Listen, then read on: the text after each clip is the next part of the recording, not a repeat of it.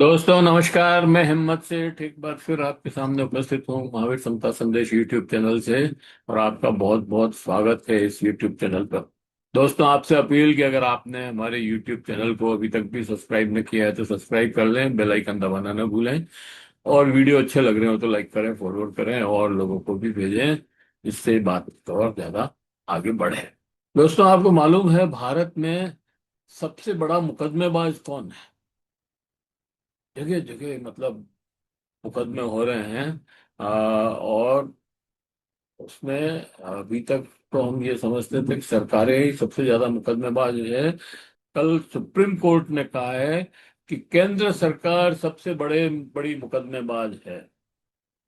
और वो मतलब ऐसे ऐसे मुकदमे कर कर देती है कि जिनका कोई अता पता ही नहीं है। मतलब जो काम सरकार को खुद को करना चाहिए, जिम्मेदारी के साथ करना चाहिए, उसकी जिम्मेदारी है वो डिसीजन ले करके और उसको लागू करे, उन कामों को खुद न करके सुप्रीम कोर्ट से करवाने की कोशिश करे। और ये बड़ी तकनीकी बात है दोस्तों, क्योंकि जो गलत चीजें हैं उसको अगर सरकार अगर लागू करती है तो सरकार पे दबाव आता है कि भाई ये गलत है, सुप्रीम कोर्ट जाएंगे, ये वो जो भी है उसको चैलेंज कर सकते। लेकिन वो क्या करती है कि उस अपने जो चाहती है वो ऐसा डिसीजन सुप्रीम कोर्ट से ले लेती है। तो अरे भाई ये तो कोर्ट का मामला है, कोर्ट ने आदेश दिया है तो आपको मानना पड़ेगा। इस तरह की एक नैरेटिव बनाई जा रही है बार बार उसको। इसी वजह से जो है कहीं वेतन की बढ़ोतरी के लिए, कहीं किसी के लिए, मतलब छोटी छोटी बातों के लिए जो खुद डिसीजन लेने चाहिए उन डिसीजन को नहीं लेकर के और केंद्र जो है सुप्रीम कोर्ट पर डाल देती है। केंद्र ने अब कल एक काम बात थी कि भाई पंजाब हरियाणा हाई कोर्ट ने एक सीआईएसएफ कांस्टेबल की बर्खास्त की रद्द कर उसे 25% बकाया वेतन देने का आदेश दिया था। अब केंद्र ने इसे चुनौती दी थी। इस पर सुप्रीम कोर्ट के जस्टिस बीबी नागला ने कहा कि केंद्र सरकार देश की सबसे बड़ी मुकदमेबाज है, उसे ऐसे मामलों में सुप्रीम कोर्ट आने से बचना चाहिए।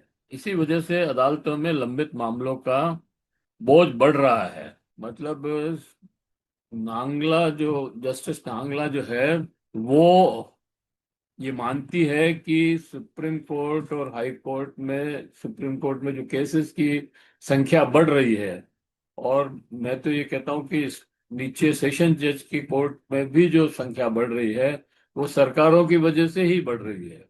सुप्रीम कोर्ट में हो सकता है केंद्र सरकार की वजह से बढ़ रही हो, लेकिन हाई कोर्टों में और सेशन कोर्टों में वहां की सरकारें भी इसी तरह कर रही है कि जो डिसीजन उनको खुद को लेना चाहिए वो खुद न लेकर के कोर्ट में चले जाते हैं। और कोर्ट से जो डिसीजन होता है उसको नहीं मानते हैं तो फिर हाई कोर्ट चले जाते हैं, हाई कोर्ट को भी नहीं मानना है तो सुप्रीम कोर्ट चले जाते हैं।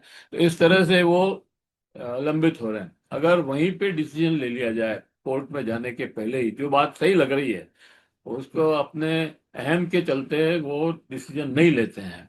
इसकी वजह से सारा जो है ये सरकार के 7.32 लाख केस लंबित। देश की अदालतों में केंद्र सरकार से जुड़े लंबित मामलों की संख्या 2019 में 4.11 लाख से बढ़कर अब 60.32 लाख हो गई है। और 40% केस ट्रिब्यूनल में अटके हुए हैं, ट्रिब्यूनल के स्तर पर अटके हुए हैं। एक तिहाई मामले हाईकोर्ट में लंबित हैं। 6.9 लाख लंबित मामले से 27% वित्त मंत्रालय के हैं और 16% रेल मंत्रालय के हैं। 13% 13.7% रक्षा मंत्रालय के और 11% श्रम रोजगार मंत्रालय के हैं। स्रोत ये संसद में पेश किए डेटा है जो आपके सामने रखा। खर्च 2022-23 के सरकार ने कानूनी लड़ाई लड़ने के लिए करीब 70.1 करोड़ रुपए खर्च किए, जो इससे पहले के साल के 58.7 करोड़ रुपए से 21% ज्यादा है। तो ये है हालत सरकार की।